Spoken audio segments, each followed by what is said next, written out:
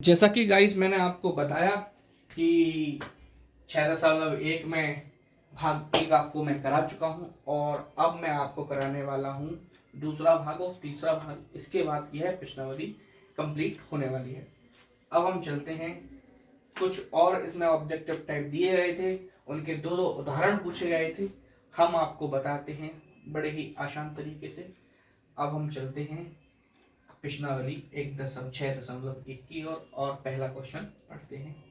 जैसा कि इसमें दिया गया है कि प्रश्न है समरूप आकृतियां क्या होती हैं, क्वेश्चन मार्क लगा देते हैं। इस समरूप आकृतियां क्या होती हैं, तो इसके अपन ने दो उदाहरण लिखे हैं। पहला उदाहरण ये रहा, दूसरा उदाहरण ये रहा। इन्होंने पूछा है कि समरूप आकृतियां कौन कौन सी होती हैं, तो अपन बता सकते हैं कि दो वृत्त आपस परस्पर क्या होते हैं, समरूप होते हैं। क्योंकि भाई वृत्त इतना बड़ा बना लो या इतना बड़ा बना लो, रहेंगे तो रूप समान ही। तो इसी तरीके से यह क्या रहते हैं, वृत्त परस्पर समरूप होते हैं। अब हम चलते हैं आपको लेकर कि दूसरा उदाहरण क्या है। तो मैंने बताया है आपको दूसरा, दो वर्ग परस्पर समरूप होते हैं। दो वर्ग की जो भुजाएं हैं वो समान होती हैं, यानी कि ए है तो ए जे है, ए है और ए है। अगर इनको संख्याओं में लिखा जाए तो 2 सेंटीमीटर की ये होने वाली है, 2 सेंटीमीटर की ये होने वाली, 2 की ये होने वाली है, साथ ही साथ 2 की भी यह होने वाली है। तो इस हिसाब से समरूप आकृतियां कौन सी होंगी, जिनका हर एक चीज समान होना चाहिए। समझ गए ना गाइस आप। तो इसी तरीके से अपन ने वृत्त को बनाया, यानी हर चीज समान, यानी कि उनका रूप का आकार, रूप जो है ना वो एक सा ही होना चाहिए। जैसे वृत्त है तो गोल बनना है तो वो बड़ा ही बना तो गोल ही बनेगा। अगर ये बनाएंगे अपन क्या कहते हैं वर्ग, तो वर्ग आप बनाएंगे उसकी सभी भुजाएं समान रहेंगी, तो हर भुजा जब भी आप बड़ा बनाएंगे तो उसकी भुजाएं भी आपकी समान रहने वाली है। ठीक है गाइस, आपको समझ में आया। अब हम ले चलते हैं आपको दूसरे प्रश्न की ओर। ठीक है, इसमें लिखा है ऐसी आकृतियां जो समरूप नहीं है। भाई समरूप यानी कि एक समान रूप नहीं है उनका। तो जैसे वृत्त और त्रिभुज, अब वृत्त तो भाई ऐसा बनता है, त्रिभुज ऐसा बनता है, तो भाई ये दोनों चीजें तो समान नहीं है, समरूप नहीं, क्योंकि अलग अलग डायरेक्शन है, अलग अलग बनना है, अलग अलग का शेप है, सिर्फ साइज सब अलग है। अब एक क्वेश्चन, एक और उदाहरण था अपने पास, वो और हम आपको बता देते हैं कि समद्विबाहु त्रिभुज और विषमबाहु त्रिभुज, ये दोनों भी आपके कैसे रहने वाले हैं, आपके समरूप नहीं रहने वाले हैं, क्योंकि इनके भी जो डायग्राम बनते हैं वो भिन्न भिन्न तरीके से बनते हैं और इनका जो रूप होता है वो भिन्न होता है। इसी कारण ये जो समद्विबाहु त्रिभुज विषमबाहु त्रिभुज है, तो ये भी अलग ही अलग रहने वाले हैं। हमने आपको बताया, जानकारी दी। अब हम आपको बताने वाले हैं तीसरा प्रश्न, इसको हम मिटा देते हैं। गाइस सुधार लिया करो जल्दी, क्योंकि टाइम नहीं रहता है और मुझे टाइम का भी देख के चलना है, क्योंकि वीडियो लंबा भी ना हो, आपको नॉलेज मिलता रहे। तो जल्दी से जल्दी उतारें, इतना टाइम नहीं है कि आप सोच रहे हैं कि हम उतार लें, ये ध्यान रखें आप, क्योंकि ऑप्शन नहीं मिलता वहाँ पेपर में जाते हैं, आपको लिखने का टाइम नहीं मिलता। तो टाइम का ध्यान रखते हुए जल्दी से जल्द उतार के अपना कॉपी में नोट डाउन कर लें।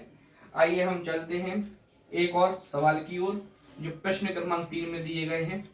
2 क्वेश्चन हैं जिनमें डायग्राम भी दिए गए हैं। आइए डायग्राम बनाते हैं पहले।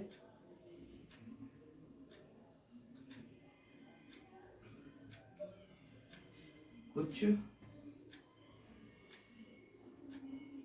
तरीके का पहला दिया गया है 1.5 सेंटीमीटर, 1.5 सेंटीमीटर, 1.5 सेंटीमीटर, 1.5 सेंटीमीटर। एक और आकृति दी गई है, कुछ इस तरीके की है वो।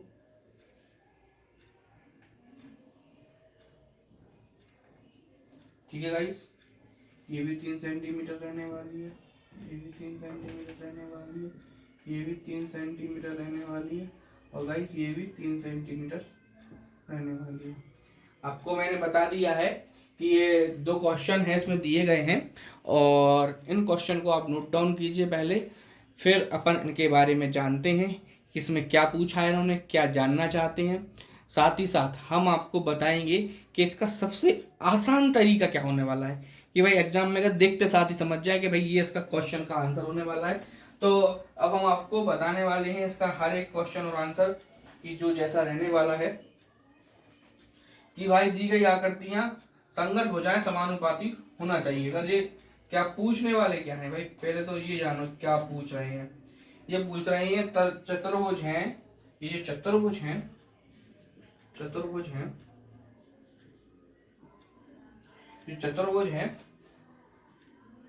वो समरूप है कि नहीं, वो समरूप है या नहीं, समरूप है या नहीं, समरूप है या नहीं। ठीक है गाइस, ये पूछा है समरूप है या नहीं। अब अपन देखते हैं भाई ये क्या पूछने वाले हैं। अब देखिए अपन इसका आंसर लिखते हैं, जैसा कि आंसर दिया गया है। आंसर लिखते हैं कि भाई संगत भुजाएं हैं वो तो समान टाइप से दिख रही हैं। जो संगत भुजाएं हैं त्रिभुजों की, त्रिभुज नहीं सॉरी चतुर्भुज की, चूंकि संगत भुजाएं समानुपाती हैं, चूंकि संगत भुजाएं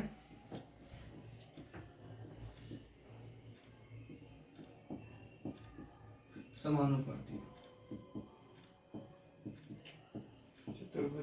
ठीक है, संगत भुजाएं इसकी समानुपाती हैं।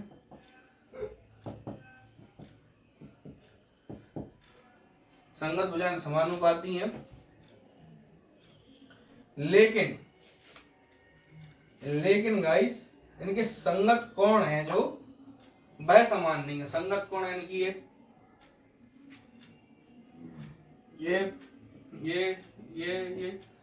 ये समान नहीं होने वाले हैं, इसलिए ये त्रिभुज है, दोनों डायग्राम में ये समरूप नहीं है,